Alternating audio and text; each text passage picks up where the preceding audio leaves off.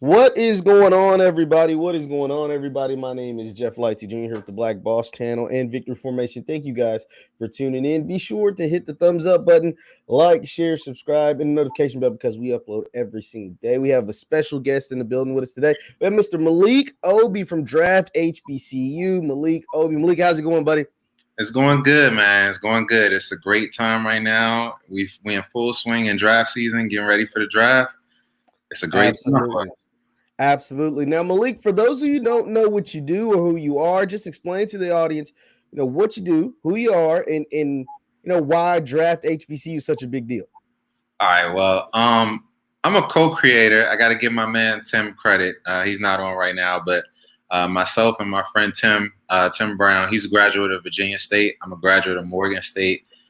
We kind of put this whole thing together. I was doing some journalism, sports journalism, covering the Oakland Raiders at the time, but I've been a real advocate for HBCU athletes in sports, and he was like, "We need to just go all in on this." And I'm like, "Yeah, I want to do that. I want to be able to scout, give good scouting for players, give news, give history, everything involving HBCU football, and then graduate into HBCU sports as a whole." And that's kind of like how we got started.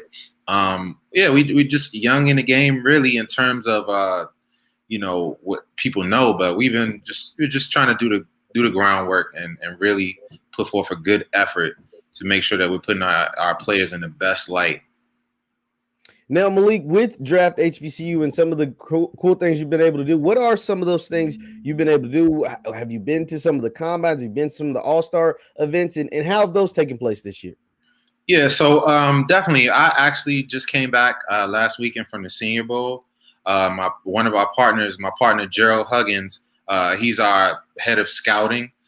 Gerald is a former Virginia Union linebacker, and he's our head of scouting, and he's a current coach right now, defensive line coach at Canarsie High School in Brooklyn, as well as our defensive backs head scout and specialist, Coach Nooks. They're both active coaches right now. They're really invested in the HBCU sports.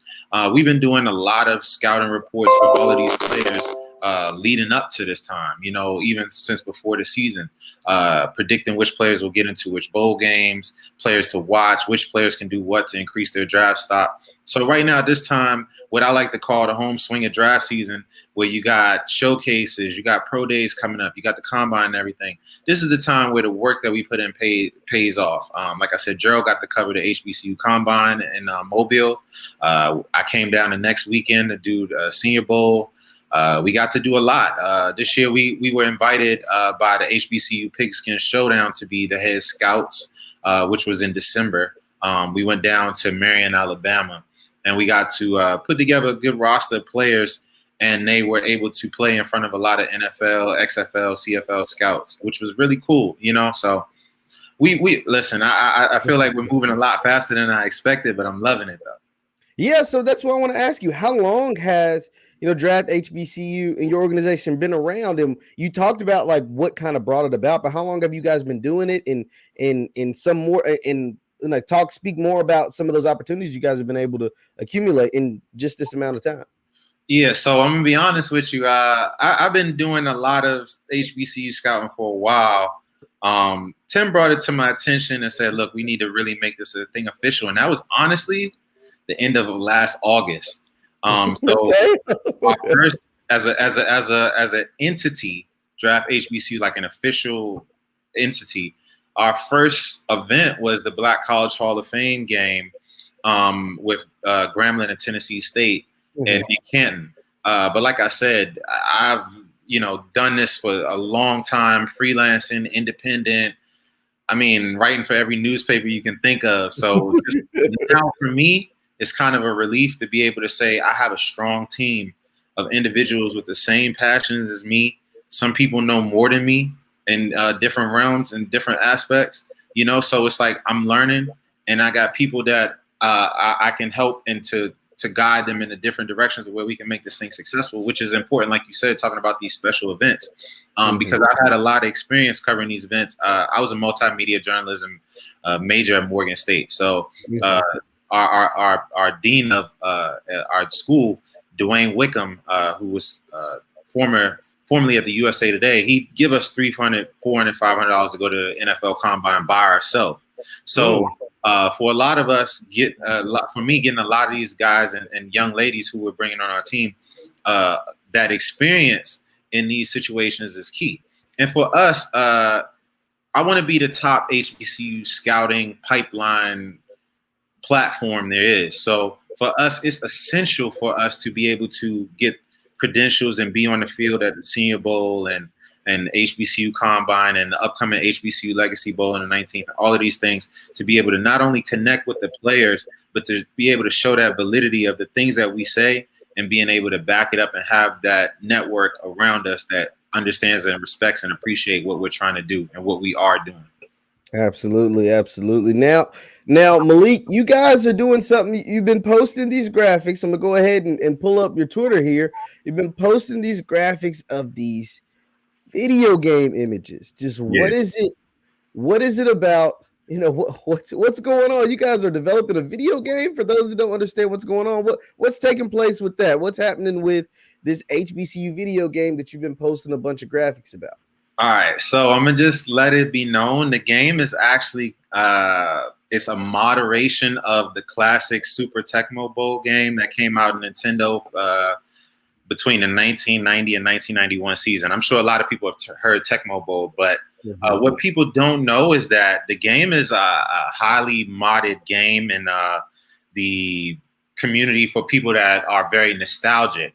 And I know there are people out there that literally make updates of Tecmo Super Bowl the same way that they do NCAA 14, which is not currently being made, and we're looking at possibly NCAA 23. But there are people that play NCAA 14 every year, and they have all of the players that they download. So like I told my guys, something just clicked in my head, and I'm like, I want to do the same thing for HBCU football, you know? So I was trying to figure out, like, okay, maybe we'll make an app, and then I'm thinking, there's no way I'll ever get the licensing to Jackson State or anything like that to be able to, you know, do that officially. So I was like, let me find a way that we can do it that, for one, is not only will be accessible for everybody, but it's something that everybody can enjoy. Not only players. There's not one current player that can say that they were in NCAA anything. But there's a player that can say, you know, Asias Guthrie, who was a redshirt freshman at Delaware State and had like 7 interceptions. You know, now his family can play this game. The marketing tool behind it for me was to take a page out of the old EA Sports. It's in the game, and kind of like include all of the family, all of the friends, all of the players in this. So we've been making graphics of the players in the game with different ratings and 8-bit versions of themselves for them to either say that I'm in the game.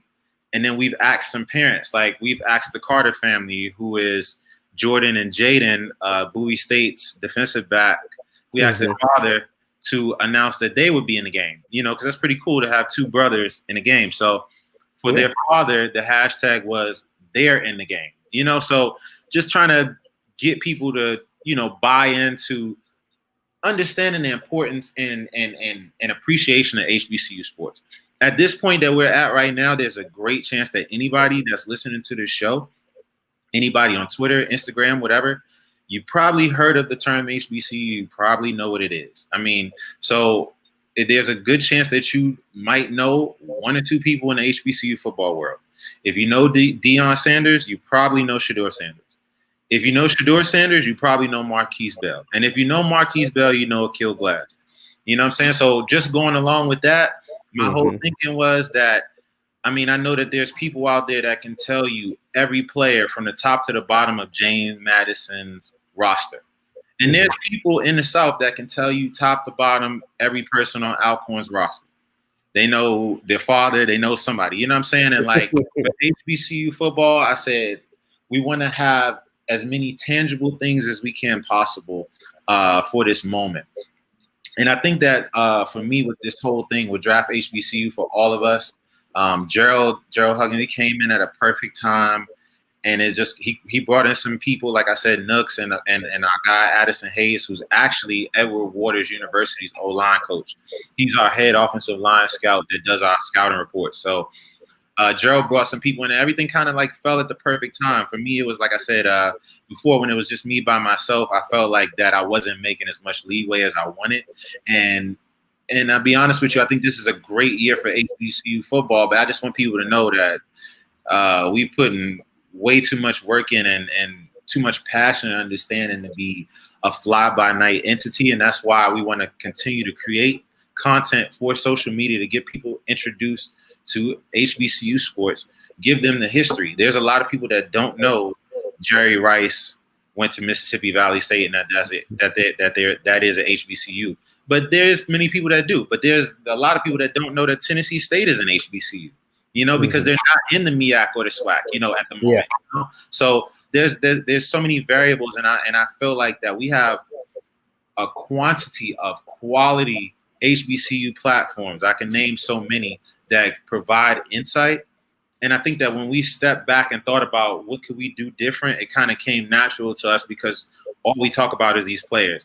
All we talk about is what is the possibility of this guy getting to the NFL? How does this player match up with the SEC, the PAC, the ACC, et cetera? How does this player match up in these situations?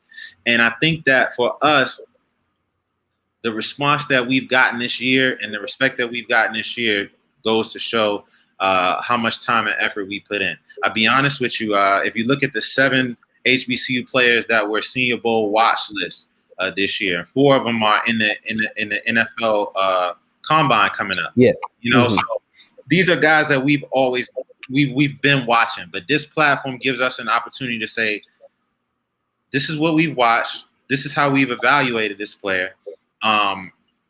This is how he shapes up to the rest of the class. And we want to kind of draw that line between bias and taking the emotion out of it, and being able to evaluate our players on a level and understanding that we can talk with anybody and get the respect that our players deserve. You know what I'm saying? So we want to be able to say, okay, we don't want to just say this player is good because he's an HBCU player. We want to make sure that this player has the possibility to play on Sundays. And if he do, we're going to make sure that we promote it. And now we're in a position where we have 2 other leagues that are going to run concurrent in the next year. And it's opened up so many doors for our players, to whereas in a normal draft year, we might look at 15 players and say, this is the cream of the crop that can go drafted or undrafted. And this year we can really stop on April, 28th, or whatever the last day of the draft is. And when those the free agent calls in, there's light at the end of the tunnel for a lot of these guys. And there's going to be leagues that are pipelines. You got the USFL that starts in something days. This is a league on Fox. This is a league with a lot of money in it. And this is a league that's going to, like I said, these leagues are going to run concurrent. The USFL is 10 weeks. By the time the USFL season is over, some of these players are going to have money in their pocket, and they're going to have tape for a team in the NFL to say, hey, maybe we could bring this guy in a camp. Maybe we could bring this guy in Canada, et cetera. So I feel like it's our duty and it's our responsibility and it's our passion to try to find those players without any bias. And like I said, being able to draw that line and be able to go to these events like the Senior Bowl and have an honest conversation with Jim Nagy or anybody, and be able to have a confident conversation and say, yes, Josh Williams from Fayetteville State was the best D2 corner in the country, and he absolutely belonged here. And we've made these type of discussions all year for Joshua Williams, Marquise Bell, so many players that you can name, and they haven't let us down. So when you look at the majority of the HBCU showcases, there's been a lot of events and things framed for HBCU players that have a chance to be seen. And if you look at it from top to bottom, the HBCU Combine, to the FCS Bowl, to the Pigskin Showdown, to the NFLPA Bowl, where Kill Glass threw 2 incompletions. This is the same game where a couple years ago, Bowie State quarterback Amir Hall had, I think, 1 incompletion and mainly all handoffs. So this is a great year for HBCU sports, because you can't say that it's pandering or you can't say that it's just coddling HBCU players when you give this opportunity and these guys show up and show out. So I'm very confident. I'm very optimistic, not only about what we're seeing leading into the draft. I know you're going to ask me about some of my favorite players, but I'm also optimistic about the future. I'm going to be honest with you. I think next year's draft class for HBCU football is even better. But this year will set the precedent. And that's what people have to understand. And that's our goal is to try to understand is that, yes, there will be, I'm 99% sure that there will be some HBCU players drafted, as in plural. But I think that this year will set precedent because when we talk about the draft class and we talk about the recruitment and the transfers and everything, this year, 2020 to 2021 really ushered in Deion Sanders bringing in a slew of players, top JUCO transfers, Dejon Warren and transfers like Al Young and all of these guys, bringing in a guy like Kyle Weidman, two-sport star athlete who's now doing the same thing. That we got to give Deion his props, Coach Prime his props. Excuse me. I want to give him respect. Everybody need to give him that respect. Coach Prime his props for shining the light for people that would not have any idea of any of this to be able to get the knowledge of everybody else and give everybody else their due respect. You know what I'm saying? There's some people that had to know who Deion Sanders was to even know about the greatness of Carnell Maynard. They wouldn't have known that Carnell Maynard was Jamie Foxx's stunt double on Any Given Sunday or his reputation. They wouldn't have known that stuff. But, we can't expect everybody to know everything. All we can do right now is that the eyes are on us is to make sure that we got the best content, to make sure that we're informing people and making sure that they know not only what we have, but the past as well and our history, which is the richest history there is. So making sure that people know that. So we're trying to find that gap. And we're trying to network and work with other entities as well because, like I said, our goal is to be the biggest HBCU scouting platform and pipeline that there is. That doesn't stop us from working with anybody else that's trying to promote Black college sports, Black college excellence, Black excellence. You know what I'm saying? Absolutely. So that's our whole thing, Yeah, man. And it's super cool because one, there's not really like when it comes to scouting and getting players drafted, and like major universities and major conferences have that on lock, right? Like they have the pro scouts come to their schools, come to their facilities. They have individual sessions, pro days, all kinds of stuff where they get that opportunity to showcase their talent. Obviously, to go along with the all-star events, the Senior Bowls, the NFL combines, et cetera, but doing something as simple as, it's not simple, but something as cool as making a game, right? That gives people that exposure, that introduces them, because video games is something that people love. The video games will never go out of style. You know what I mean? So like getting a chance to play a video game with a bunch of guys that you may or may not know who they are, but you'll get to know them through video games. A lot of kids learn their favorite players on Madden or back in the day from college from playing the game, right? Like they learn it. So that's what makes what you all are doing so fascinating, so unique, so interesting. And it's such a dope campaign to use the old Tecmo Bowl because now you're making what's old new again. And it really meshes the two things together. And honestly, probably during those Tecmo Bowl days, or maybe even a little bit before, was like a prime time for HBCU football and for HBCU prospects. And so that's why it's cool to bring that stuff back. You mentioned Coach Prime, Deion Sanders, and what he's been able to do from your perspective. Just how cool is it to have a guy come in and do what he's done, and now it's kind of elevated and put the spotlight on not just his program, Jackson State, but those other programs like the South Carolina State, who was able to defeat them in the Celebration Bowl, or some of these other programs in the SWAC or MEAC. Just how, like, from your perspective, what has it been like to see Coach Prime, work at Jackson State and actually elevate everyone else along the way?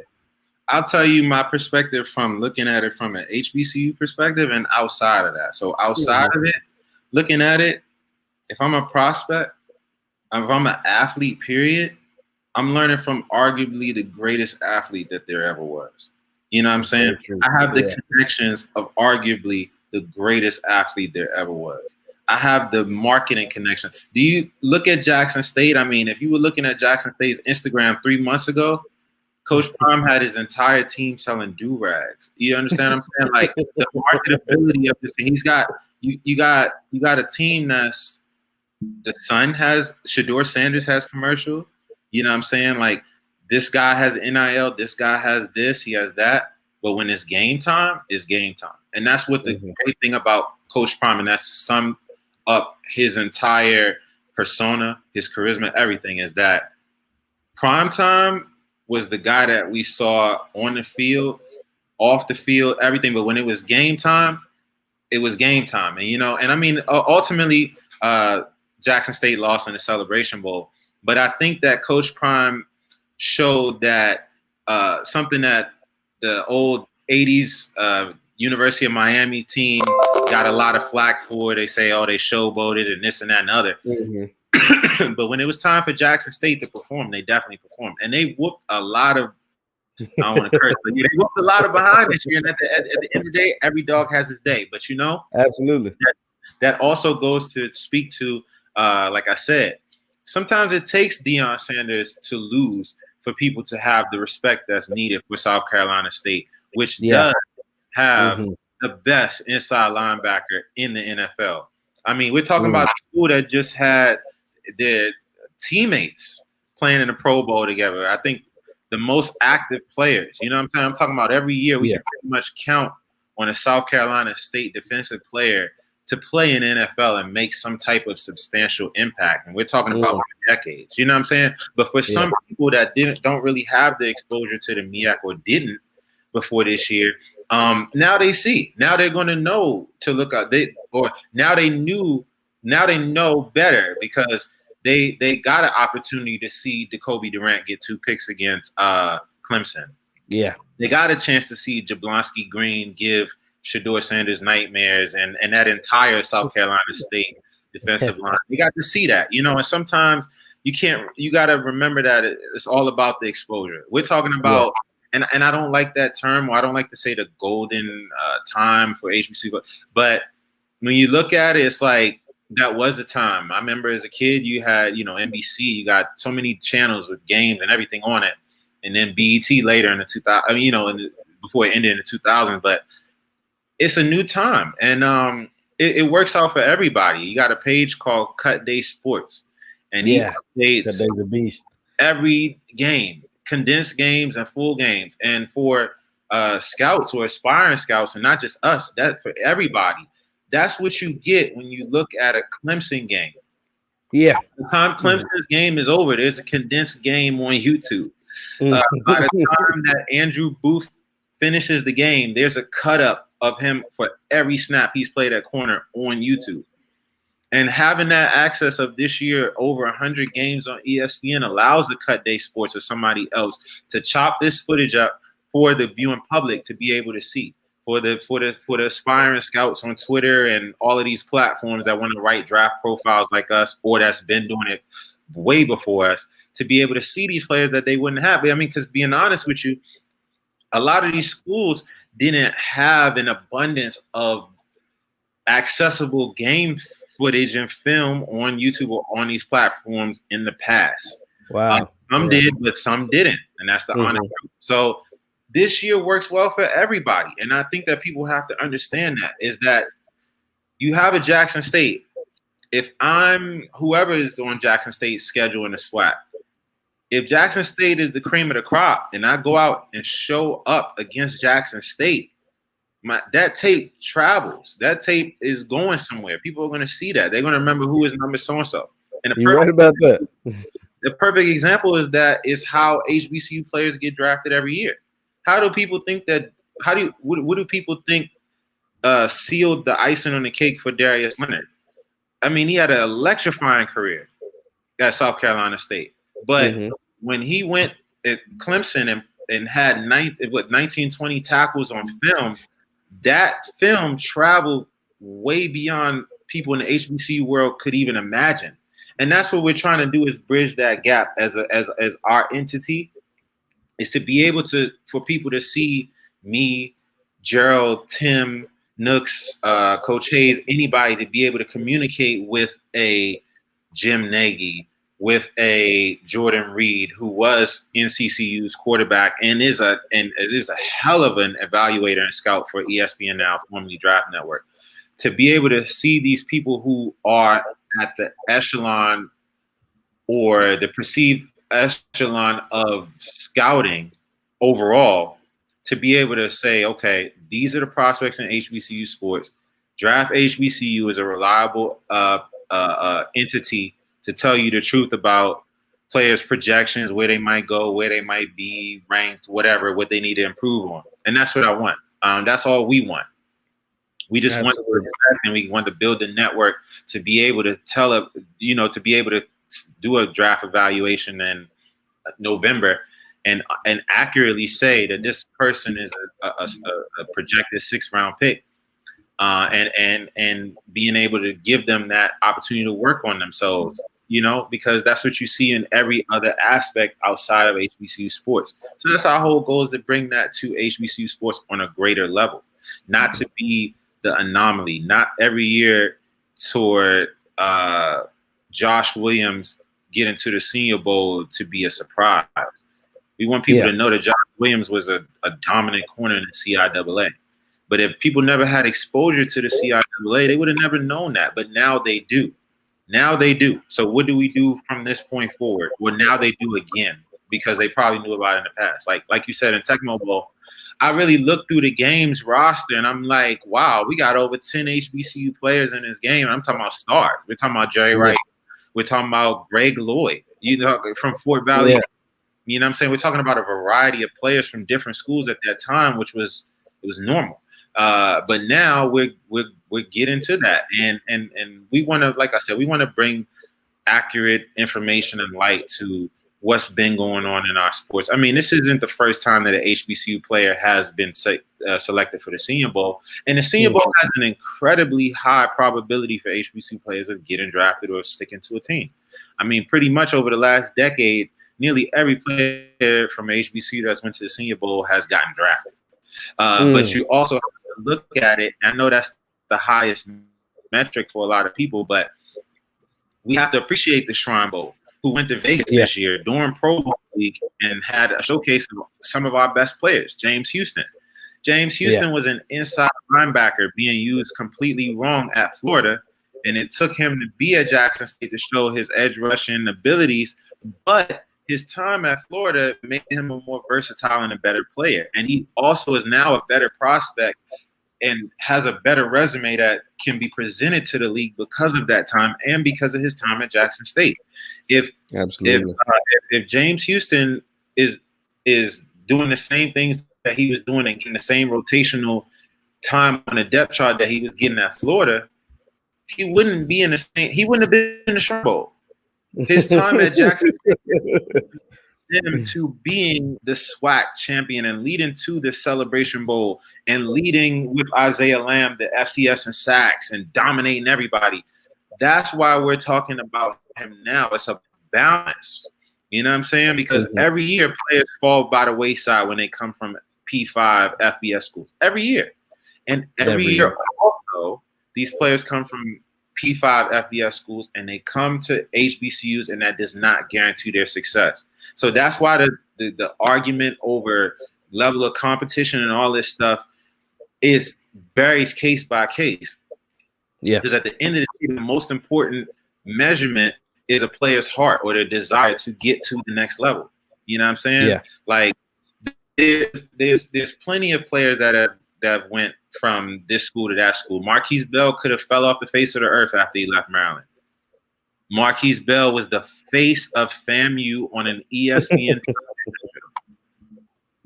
and it took this year. It took Marquise Bell's accomplishments. It took Isaiah Land's accomplishments. It took Willie Simmons' accomplishments. It took all of that for some people to be able to know who FAMU was, or for some people to be able to understand and respect what FAMU's had going on since Bullet Bob Hayes and before that, to understand that FAMU has arguably the greatest band in the country. You know what I'm saying? Yeah. Now that we have these things in place, I look at this as a foundation year for the future that we want to have. What are we going to do going forward? You know what I'm saying? Yeah. Because I'm pretty sure that every player in this combine from HBCU that's made it is going to get drafted. And that also includes Quinterio Cole, who went to Alcorn State and now is at Louisville. You know what I'm saying? And that includes a lot of guys that have moved on to different schools, like Roderick Perry, who was at South Carolina State and is at Illinois. Or one of my personal favorites, Jaquez Ezzard, who was at Howard, had a great career at Howard, kind of disappeared after he transferred for a minute, boom, popped up at Sam Houston State, helps lead Sam Houston State to the championship. You know what I'm saying? And this is guys looked at now as one of the most dangerous players with the ball in his hand, period, in FCS, but he was already that at Howard. But some players, this is just he might have needed a new, you know, a breath of fresh air, a new environment, and it worked out for the best. And at the end of the day, draft HBCU is going to make sure you know that Jaquez Ezzard went to Howard before he went to Sam Houston State. You know what I'm saying? So so that's what it's all about. Like, just making sure that people have pride in this stuff. And I'll be honest with you, one of the greatest accomplishments for us is not only to get the respect of so many coaches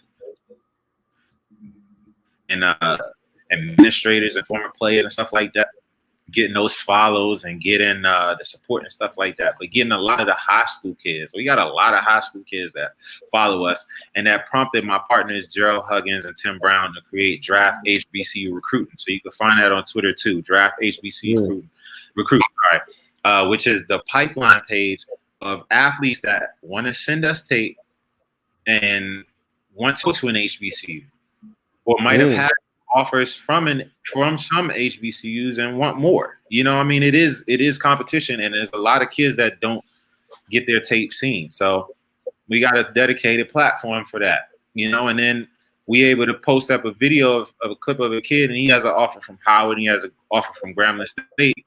But we got DCU recruiting, we got Bethune-Cookman recruiting following us. We got Delaware State following us. You know, we got these people, so they might be able to say, okay, who is that? And then they follow this kid, they get this kid's information.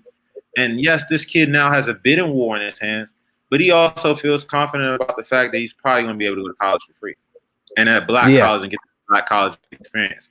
You know what I'm saying? Absolutely. And we're seeing a lot of prospects now, from Travis Hunter to even Aubrey Miller, who had a great Instagram post at his graduation talking about, you know, the experience. A lot of people want the experience. A lot of people want the experience of playing for a black college, going to a black college, whether it's a transfer or they're 17 years old, 18 years old. So there's so many elements of this. And like I said, it's just perfect time. And I think like things are working out for their best. And we just want to stick around, like I said, and we want to create new content that people can enjoy and digest. Whether that's scouting and talking X's and O's, or that's talking the history of Art Shell at Eastern Shore, whatever it may be. We want to provide all of that. And if we're not directly providing it, we'll share another page that is.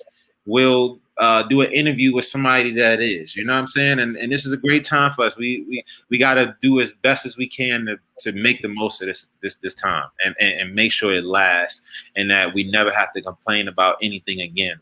And that's twofold. And like I said, when you got everybody from the parents to the analysts to the media to the team to the coaches to the everybody, you needed all of that to push all of these players to all of these showcases to get all of the eyes on them. And like I said, it would have been complaining. All of that would have been to no avail if the class didn't go 9-4-11 in the NFLPA Bowl against the best competition. You know, you got Jacoby Durant, who showed that he's one of the best zone corners in the country. Yeah. You know what I'm saying? You got James Houston that showed that he's one of the best pass rushers in the country. Ja'Tyre Carter is signed to Young Money. They recognize that he's one of the best offensive linemen in the country. He went to the Senior Bowl and played 5 positions. Yeah, wow. Yeah, that's out of Southern. We had Ja'Tyre Carter on the show, and he was he was definitely somebody great to talk to and listen to his experience at Southern and what he was able. This was before pre-Senior Bowl, so that was really cool to talk to him because it wasn't that many, HBCU players down there in Mobile, but it was cool to have him talk about, what he was expecting and what he hoped to accomplish down there for the Senior Bowl. Now, Maliik, I want to ask you, we talked about like all the different elements and all the different aspects of scouting and different stuff like that. So essentially, Draft HBCU is what kind of like what Mel Kiper does for ESPN when it comes to everybody else outside of HBCUs, right? Like they kind of cover everybody. They give you the breakdowns, and that's what Draft HBCU is providing for all the HBCU schools across the country, and it's giving them well-needed exposure. That piece that you said about the high school recruits, that's really cool. I didn't know you guys were doing that, where you're helping high school recruits get recruited by HBCUs. That is something that I think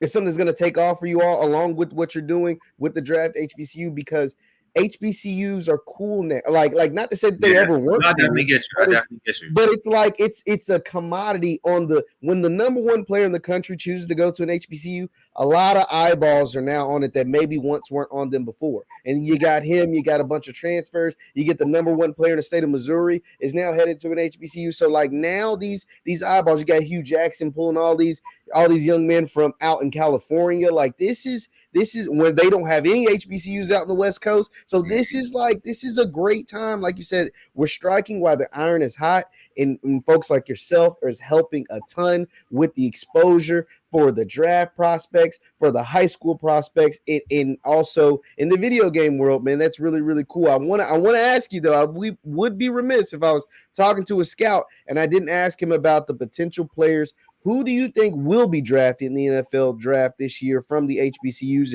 and who's some of your favorite prospects coming out in this year's draft? All right, so I'm gonna go with my guy Gerald Huggins said. Like I said, whatever he's with, I'm with. We congregate on everything. He said it. I believe it. 5 players minimum. 5 minimum. Wow. I'm not gonna say nothing crazy. I do think that 5 is an attainable number. And what people have to look at is that before this year, for the majority of the decade, we were looking at between 2 to 4 players drafted for the majority of the decade. So I definitely feel like that this draft is wide open for a lot of players. Is a premium of talent at certain positions and a need for talent at certain positions. And I feel that the HBCU players that are in this class that are pegged at the top have done enough to prove that they belong in certain tiers, or that they are ahead and above the rest. So with that being said, I think that Jatir Carter has done more than enough to show that he has the potential to be molded into whatever position teams want to mold him on in the offensive line. So that's what I feel like James Houston has done enough between his time at Florida and his time at Jackson State to show that he is versatile enough to be moldable for teams to use him in whatever manner that they would feel. So that's absolutely 2. I agree. 3, Josh Williams has proven by being selected by the Senior Bowl, was very particular about the D2, very rarely D3 FCS players that they pick. With his measurements, with his track background, and with the versatility that he showed in off coverage and man coverage at the Senior Bowl, I think Josh Williams has more than enough and shown teams more than enough for them to be interested in seeing how they can mold him. So that's 3. 4, I think Akil Glass has. That's a tough one because the quarterbacks, the quarterbacks can get weird with NFL quarterbacks. I'm explaining to you. I've been waiting. I'm gonna be honest. I've been waiting to talk my stuff. So yeah, this draft class overall, in terms of quarterback, in my opinion, and I think in a lot of people's opinion, is underwhelming because of the fact that there is not a 100% ready starter. I'll say that. I think that Malik Willis has by far the most potential in this class, a highest ceiling in the class, but I am scared to death of him going to the wrong team as a black quarterback, as a quarterback period in a situation where so many teams need quarterbacks to where we will see if he struggles that he won't get the opportunity to reach his full potential. I agree. So with that being said, I think it's a cluster of quarterbacks after you go past Kenny Pickett, and in some people's opinion, Desmond Ridder, Matt Corral, all of those guys. I think that once you get past that 3 or 4 or 5 group, it's a toss up in that you can put Akil Glass anywhere between maybe like 7 and 10. And I say that to say that I'm looking at it of what he did in the SWAC, not only this year with 4 freshman O-line, what he's done in years past, what he did at the NFLPA Bowl, which to me was the most important thing he did this year. I think that Akil Glass has the size. I think that Akil Glass proved that he has the poise in games that matter to get an opportunity. I think that if he was in some of the prior classes, that he would be a priority undrafted free agent. And that has nothing to do with what he did or didn't do at Alabama A&M. I just think that this class, you can make an argument for him being better than a lot of quarterbacks in this class. I completely agree with you. And that's from Dustin Crum. I'm just saying names, but like Dustin Crum to Chase Garbers to some of these other guys that are looked at in the day 3 range. I think that Akil Glass has a much higher ceiling, and you can't coach 6'5". No. And you can't. And you got to look at it. And this is what I said: is taking the bias out of a lot of things and looking at it for what it is. Akil Glass has a hell of a quarterback coach, mentor, guru, and former, some of the former NFL players and mentors and stuff that he's working with. Akil Glass already has a graduate degree, so a lot of teams will know that he's smart between the ears. A lot of things that he has going for him that I think will show a lot of people. I think he has a chance. Like I said, it's a lot of teams that really are in need of a quarterback and have no choice but to look. I mean, the Saints are $75 million in the hole. I mean, sure, they can repurpose a lot of contracts, and that's what happens. I know people don't really fret over negative money, but at the end of the day, you got a new coach or a coach that's getting the reins. So with that being said, a lot of people aren't confident in Taysom Hill, and we don't know if this man is even with his job. So, if that means that Akil Glass is taken in the 7th round and picked by the Saints, I think everybody should rejoice at that opportunity and look at Akil Glass like the opportunity is yours now, because the Saints don't have a clear-cut quarterback on their depth chart right now that you can say that through the month of August, you're 100% certain that they can beat out Akil Glass in camp. And that's even Jameis Winston, because we have no idea about his inconsistency. With his inconsistency, yeah. You know what I'm saying? And like I said, and that was that 4? Was that 3, 4? Yeah, that was 4. Marquise Bell. I mean, this is the guy that we've been talking about all year. Yeah, and there's been so many people that have tried to find a flaw. I'm not saying that he's a perfect candidate, but I'm saying that in terms of being the figurehead, the leader of this class of HBCU candidates, he by far deserves it. Like I said, taking the bias out, he was great at FAMU against all of their competition, but most important, he has several years of great non-conference play. UCF, this one, that one. FAMU could have got beaten by 40 points, but Marquise Bell forced a fumble at the bounce house. He got an interception. He had 4 pass deflections. He did this. He did that. Yeah. And when you balance, you got to balance what you do in your conference as well as outside of your conference. Yeah. And that's for everybody. That's for every prospect. You know what I'm saying? So once people start to look at things from an outside in perspective and pair that with what they see from the inside, we can have more honest evaluations of our prospects. If Marquise Bell dominated the SWAC and did nothing against non-conference opponents, we wouldn't be having them in the same discussions as we do. But we can have a discussion about how good Marquise Bell is, because he did what he had to do during the season. He did what he had to do in years past, and he's doing what he had to do in a showcase game.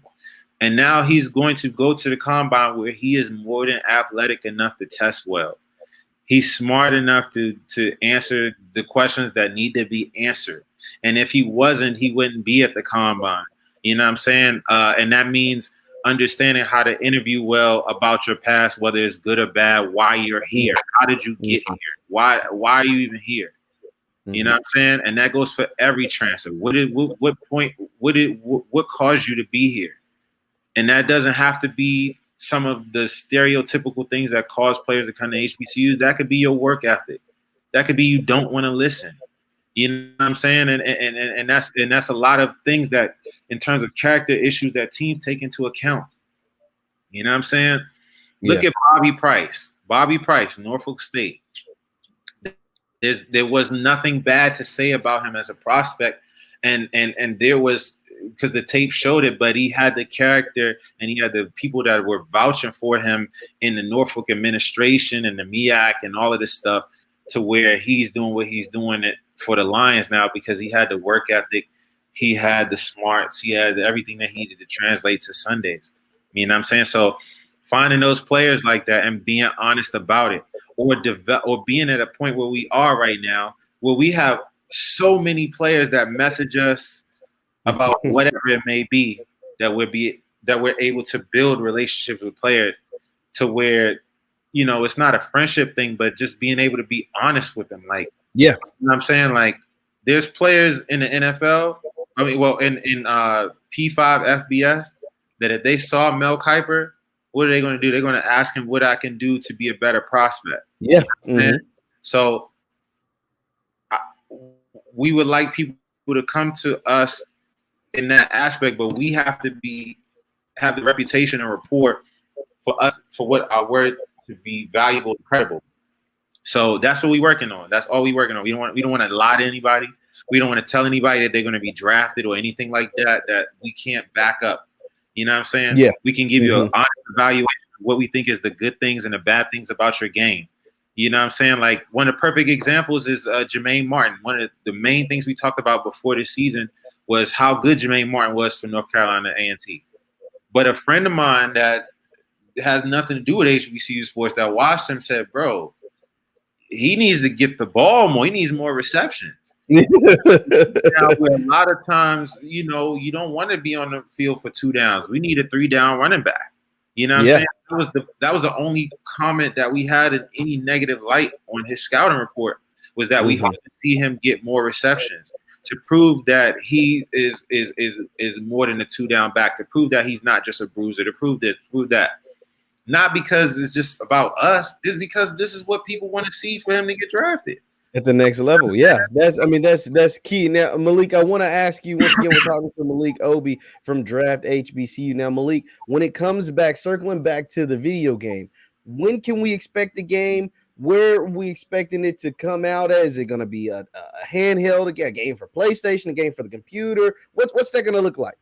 All right, so like I said, again, it is a moderated version of Tecmo Super Bowl. So we are in the golden age of technology, to where people will be able to play this on their iPhone, Android, Fire Stick, Nintendo Classic, which came out, 2-3 years ago at GameStop and stuff like that. Pretty much a laptops, MacBooks, PC. And to be honest with you, it will come out this summer, and the official title is Draft HBCU 2022.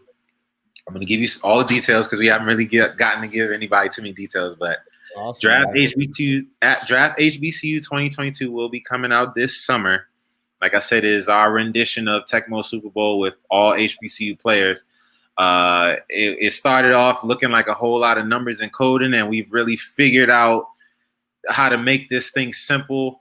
And now we've abandoned the idea of using what I actually talked about in that tweet, of using all of the former players' attributes that already existed in game, and we figured out how to edit all of the ratings according to the Tecmo Bowl system. So let's let that be known that we are using some of them ratings kind of low, some people might say. Yeah, but it's either to with this is that we had to understand is that everything was based on a different metric system back then.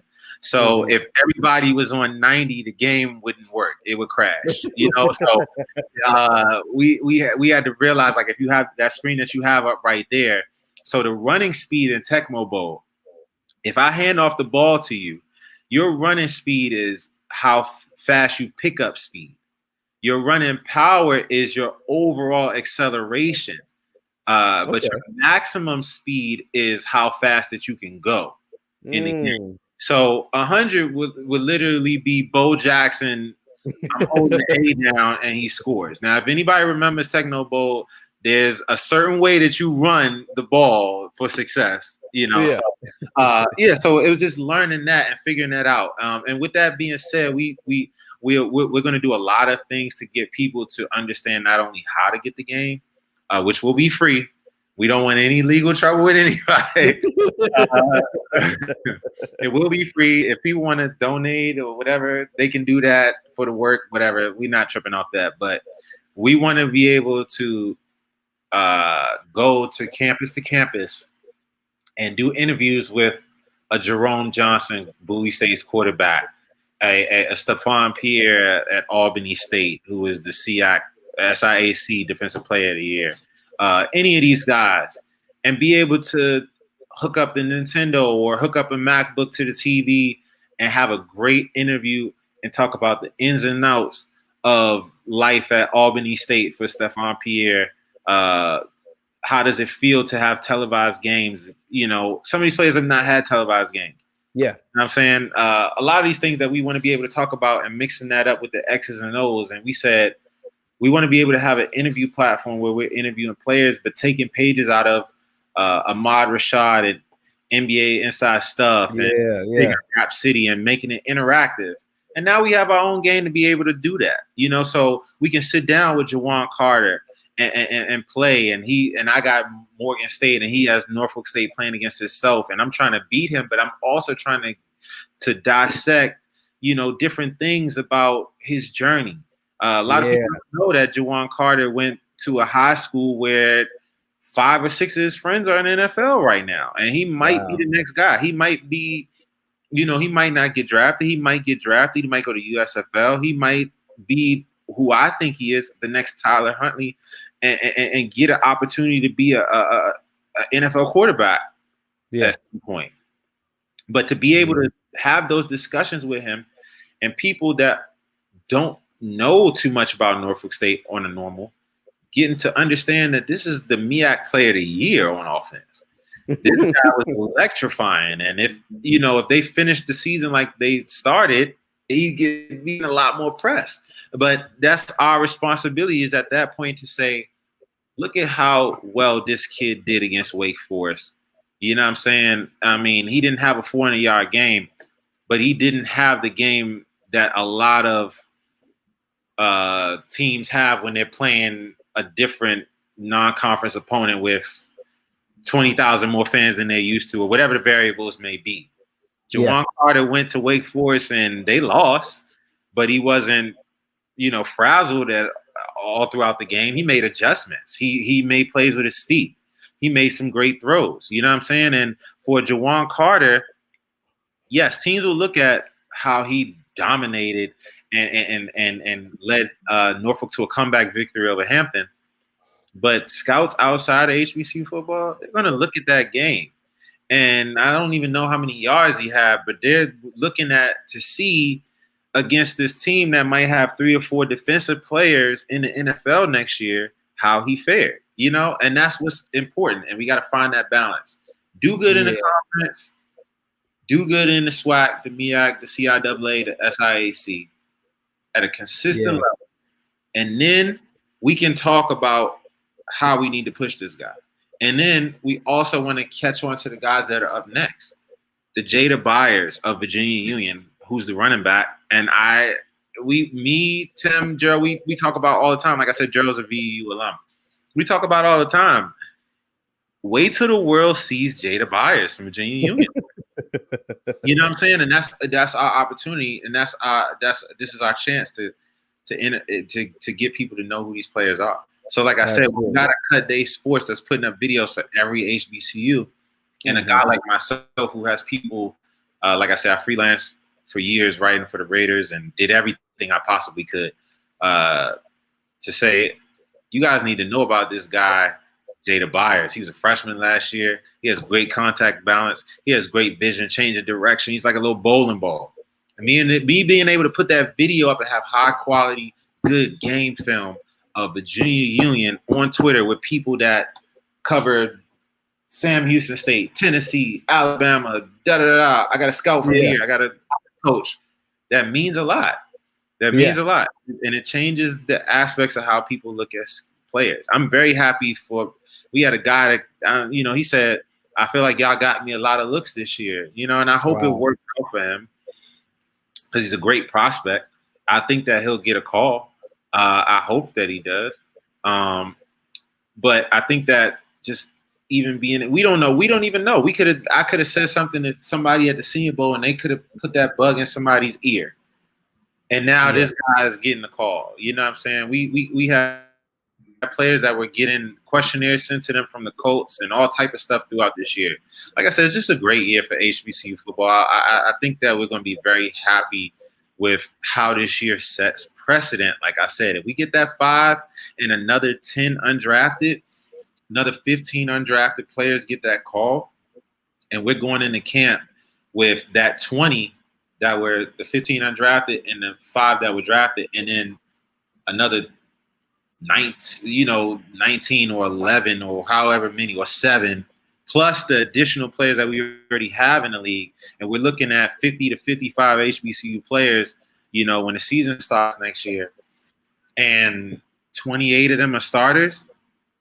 I think that's great because if we got 28 HBCU starters, there's a damn good chance that that's a wide variety of conferences, and that's a lot of money. That's a lot of attention coming to these conferences. You know what I'm saying? Absolutely.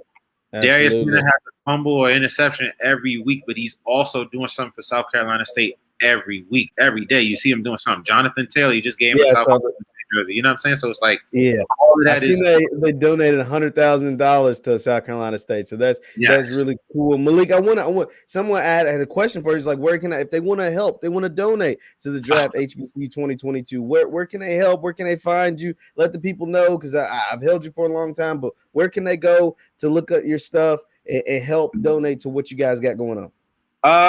I believe. All right, we actually have a donation button at the top of our Twitter, draft HBCU on Twitter.